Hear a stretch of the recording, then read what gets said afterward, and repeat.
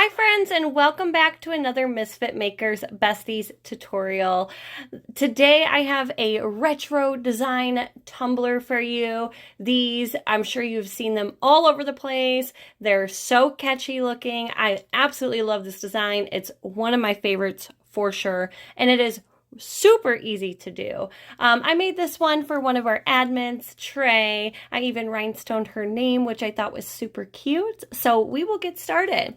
Make sure you guys are in our Misfit Makers crafting community. It is full of awesome tips, tricks, and discounts, so check it out. And hit that subscribe button to our YouTube channel so you get notified. We upload new tutorials every Friday.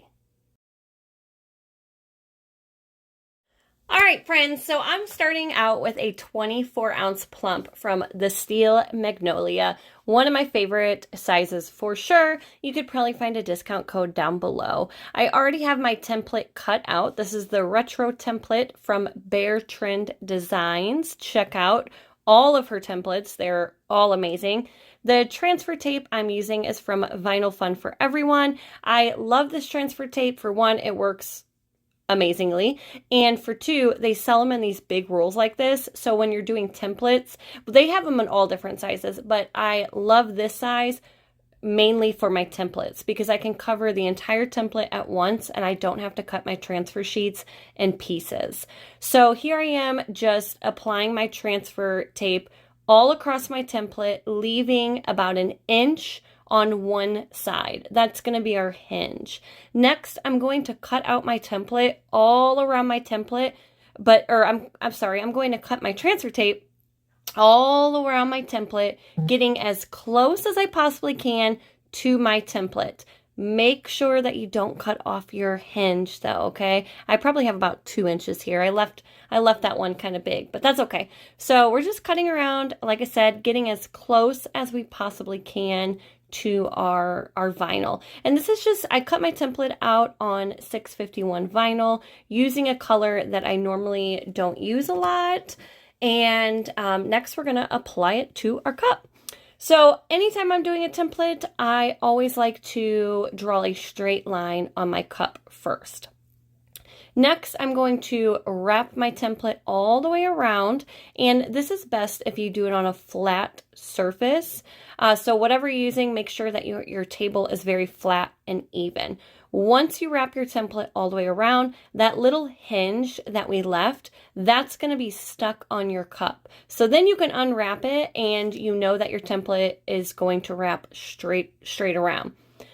So I'm firmly going to press my template down on my transfer tape so I don't have any issues with it coming up at all. And then I'm slowly going to start peeling up my backing so that vinyl's going to stick to my cup. And you guys have seen me do this a bunch of times. This is just like applying a vinyl wrap.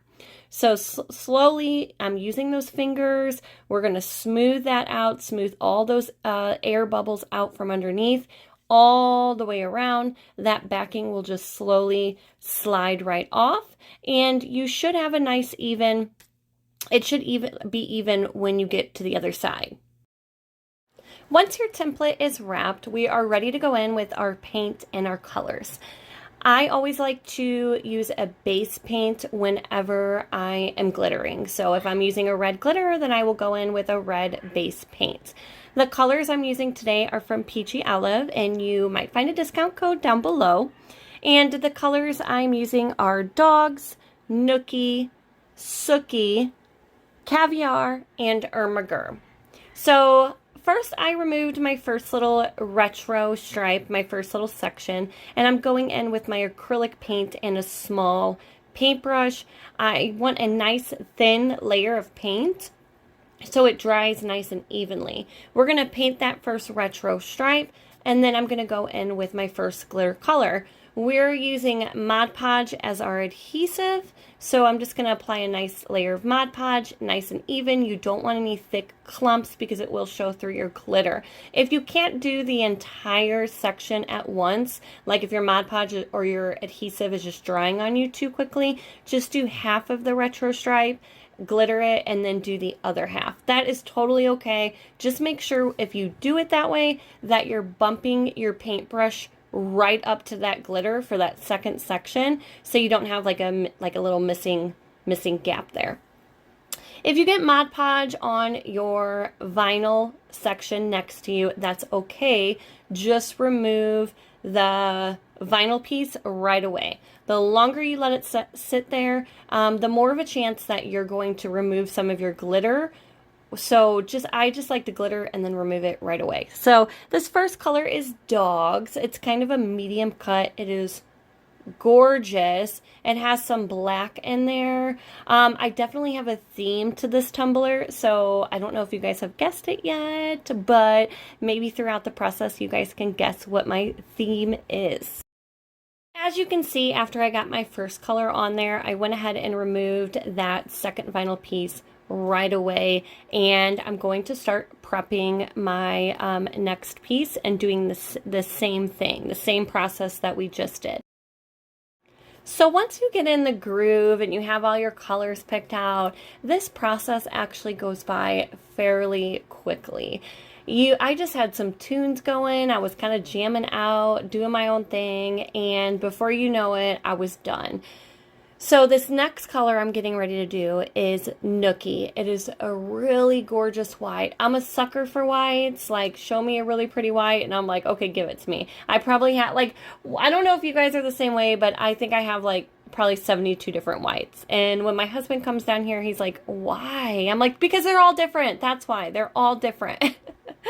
So Nookie is this color. Gorgeous. Just so pretty. So again, I'm removing that next little sheet. I also have my dry brush where you can brush off your different, brush off your vinyl before you go on to your next color. This next color is Sookie. Very pretty red, great for, it's like that perfect apple color, great for Christmas cups. And it was at this point where I think I realized, oh my gosh, I probably have been off camera for half this tutorial. So I do apologize that half of this tutorial I'm out of frame just a little bit, so I'm sorry. This last color I am using is Caviar, which is a pure black, like, and it still sparkles and shines underneath epoxy. Love it. It is not an ultra fine, it's more of like a medium cut, but it is very, very, very pretty. And then after I get all my retro stripes done, it's time to peel up my big piece. So that's what I'm doing here. I'm just peeling up my full big sheet. And then I am going to repeat the process one last time, and by doing a base coat of paint and then glittering this section. This section I'm going to use Ermagurd, and that's how you say it, Ermagurd, from Peachy Olive. If you wanted to do vinyl, that is another way that you could incorporate this design. You would cut it out with permanent vinyl, and like any kind of vinyl, like patterned vinyl, you would wrap your cup, and then you wouldn't remove that big piece. That big piece would be your patterned vinyl, and then your little retro stripes would be glitter. Super pretty also. Once you have all of your sections glittered, you're going to want to seal this tumbler really good. I used Rust-Oleum Clear Spray Sealer, and I sealed it 3 times just because we have so many different colors on this cup that I didn't want any of my glitter colors to shift or move. Same thing if you were using Mod Podge to seal, you would just seal one section at a time. After I sealed it and I let it dry, I went ahead and epoxied it with my CCDIY fast set until it was smooth. It only needed 1 coat. Another tip why I love my fast set. After it was dry to the touch in about 2 hours, I went ahead and sanded my cup really well and cleaned up my rims and wiped it down with my tack cloth. Next step is to add your vinyl striping. These little vinyl stripes come with the file, which are super handy. I just cut them out with black 651, and then we're just carefully going to apply them right where they go. I also found some Dalmatian spots on Google, and I cut them out with my 651 black vinyl as well. And I'm going to add all those little black spots to our larger white section. Can you guys guess my inspo yet? Can you guess it? These little stripes, oh my gosh, it just brings the cup together. I love adding vinyl stripes to a tumbler. It just makes your sections pop. Always, always, always go with the stripes. When placing my spots, I kind of just place them sporadically. I didn't want them too close together because I didn't want it to look like cow print. I wanted it to look like Dalmatian print. And everything I saw, Dalmatian spots are a little further apart from each other. So again, I just Googled Dalmatian spots and found one I liked. There are many to choose from. You could also, these little spots are definitely something you could create in your silhouette or Cricut yourself by just using the different shapes. But for me, like I said, I just found something on Google and traced it, and voila. I think she is turning out so cute. I'm obsessed with this cup.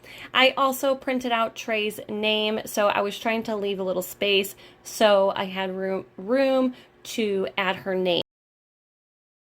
Okay, once I got all of my decals on my cup, I went ahead and epoxied it one last time with my final coat.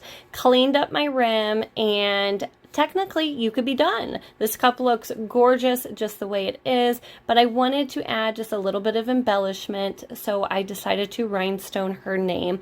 I'm using 3mm and 2mm rhinestones from Diamond Fire. You might find a discount code down below, and these are just black rhinestones. I'm using my paintbrush to apply my glue, and then I'm just going to go in with my little wax pen and apply the rhinestones one at a time. This was the first time I actually rhinestoned a name, so I don't know why I was so nervous doing this, but I am obsessed. I love it. I can't wait to make one for myself. It's on my to-do list, so eventually, right?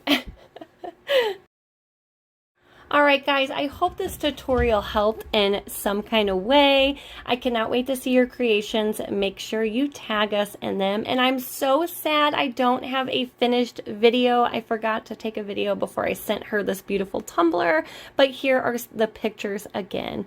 Thank you guys, and again, thank you to all of our Patreon members. Your support means the world to us.